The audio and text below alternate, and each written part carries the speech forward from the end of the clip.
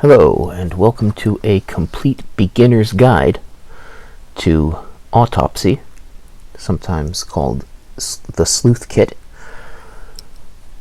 by a complete beginner for the complete beginner. So, we'll start by taking a look through LSBLK of everything that's plugged into my computer. Good Lord, I have too many snaps. Anyway, so I will plug in my drive that we'll investigate into a USB stick, USB socket. That stick will show up on my desktop, but more importantly, shows up as SDB. You compare your first LSBLK with the second LSBLK that you run after you've put in your USB drive. That way you know which drive you want to go after. It's the one that just showed up. So now I know that I need to copy the second partition. It's got all the data. The first partition here is just Knoppix. Okay, so let's see. I've already created this directory, forensics, and I've already done the following command: ddif equals /devis b.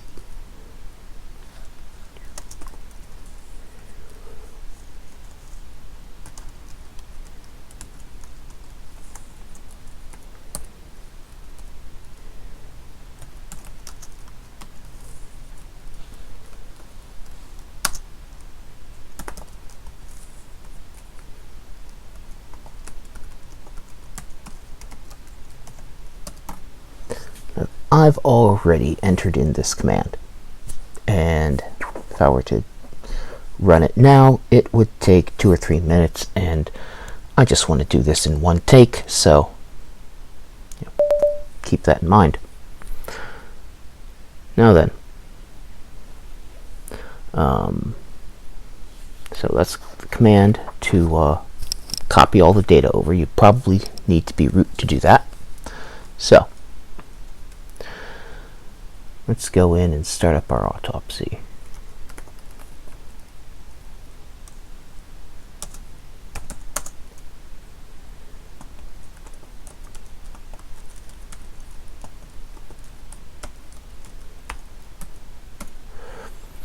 Now we're using the -D option to tell autopsy to go in to a specific directory. If you do this command without the -D in the specific directory, it'll try to write to a directory that's a decent enough choice, but you have to be root in order to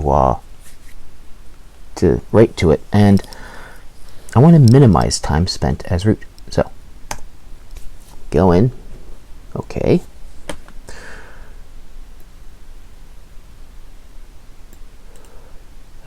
Copy and paste. So we'll do a new case. Case name.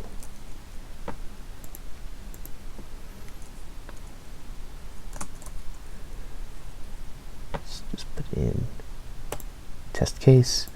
Put in my own name. Yay. And new case. Okay, I've done this before then. Alright, well,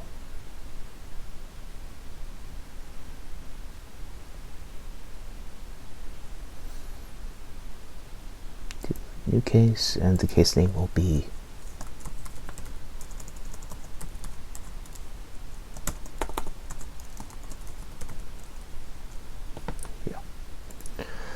now we should be able to create this new case.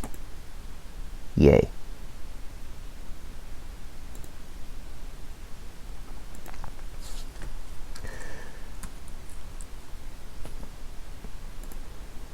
Okay.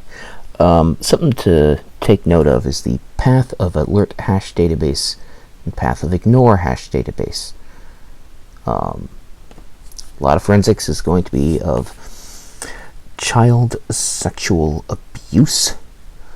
I, of course, don't have any, and I don't have a hash database of suspect files. You can get one, but, you know, I don't need it for this. So,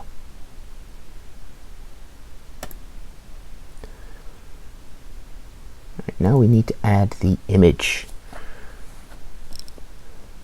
Let's see if I can find the thing. There we go. It's under Liberia image.dd.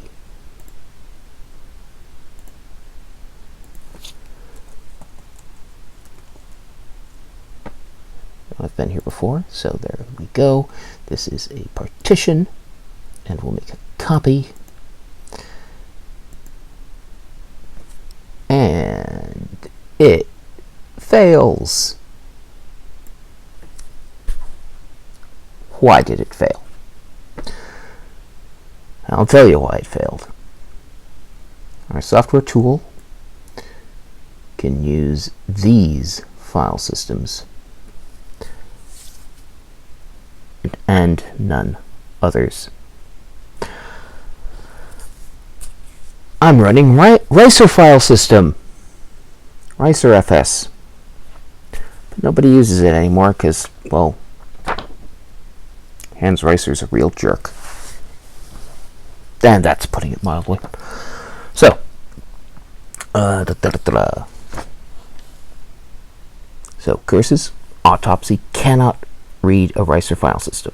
So, I grabbed my data and moved it to an ext3 file system. And then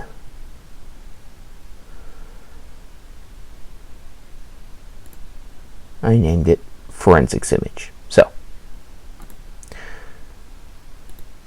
yay, let's cancel this. Close this host.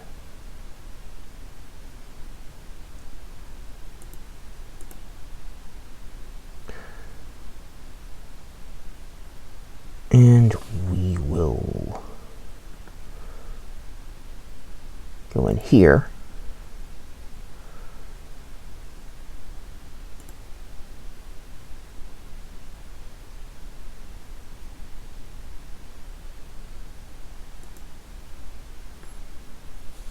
And I've already mounted forensics image.dd. So,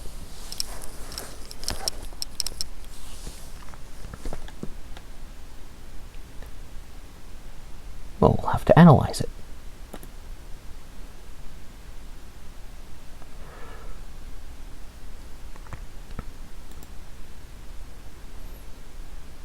Let's go into file analysis. Home, Knoppix, desktop.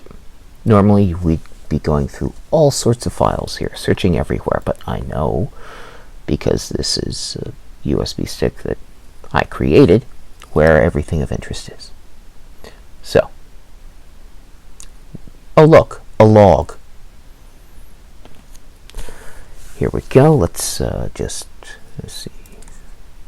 Should have done this earlier. Here's a more easy to view. Contents file. I see sent expansions essay to unitypartyliberia.org, blah.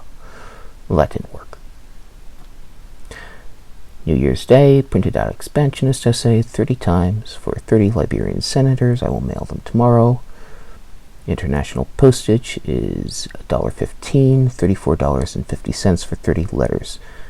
Taking over the world by asking nicely is as cheap as a good dinner for two. And okay, sent that to my dad, and here I received my first response. Woot. So, what are we looking at? Let's get out of here and into this file. Oh, it's a lovely file. Autopsy cannot read it. I'd need LibreOffice open and running. Oh look, it's LibreOffice. And a brief description of my plan to take over the world by asking nicely. It's going amazingly well. So, there's the thing I wrote. And I'll leave a link to a Google Drive if anybody really wants to read this. So, what have we done? We've opened up Autopsy. We've discovered that you can't read Ricer file system with Autopsy. So I moved the whole thing over to another USB drive that's formatted using ext3, and yay, Ricer file system was able to read it. Now, in an actual investigation, you wouldn't just copy everything over to another USB stick. You'd be running your forensics on the command line raw. Oh, yay.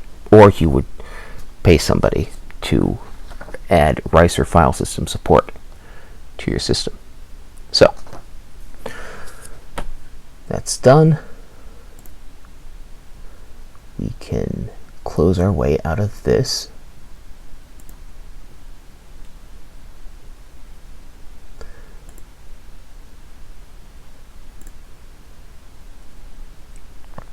And let's just log all the way out. So, once again, Autopsy does not have support for Ricer file system. And normally, you'd tackle it on your own. Or you'd extend Autopsy in the sleuth kit to read Ricer file systems. I don't know which is more difficult. I suspect extending the software. Anyway. So we can now log out. Okay, that's a beginner's guide or beginner's example of running Autopsy. Now, I have made a few mistakes while doing this, and I'd like you to point them out. The most glaring is, take a look at how I wrote down in a text editor everything that I was doing as I was doing it. Oh wait, I did not do that at all. And that is a gaping hole in any investigation. If you want to go through this whole process, rewatch the video and type in what was done, you'll have an idea of how you write down your investigative report, or at least start writing an investigative report. Remember, the point of doing forensics work is to have something that will hold up in court. And that means that you have to be able to hold up to the either prosecution or the defense. We have an adversarial system here, and if you have it in writing, it's less easy for your opposing attorney to poke holes in your report. Anyway, so there's the forensics report of my plan to take over the world, and yeah, it's kind of silly, but it's going surprisingly well. Anyway, I'll have a link to the Google Doc where you can read the essay if you care for it. Ta-ta.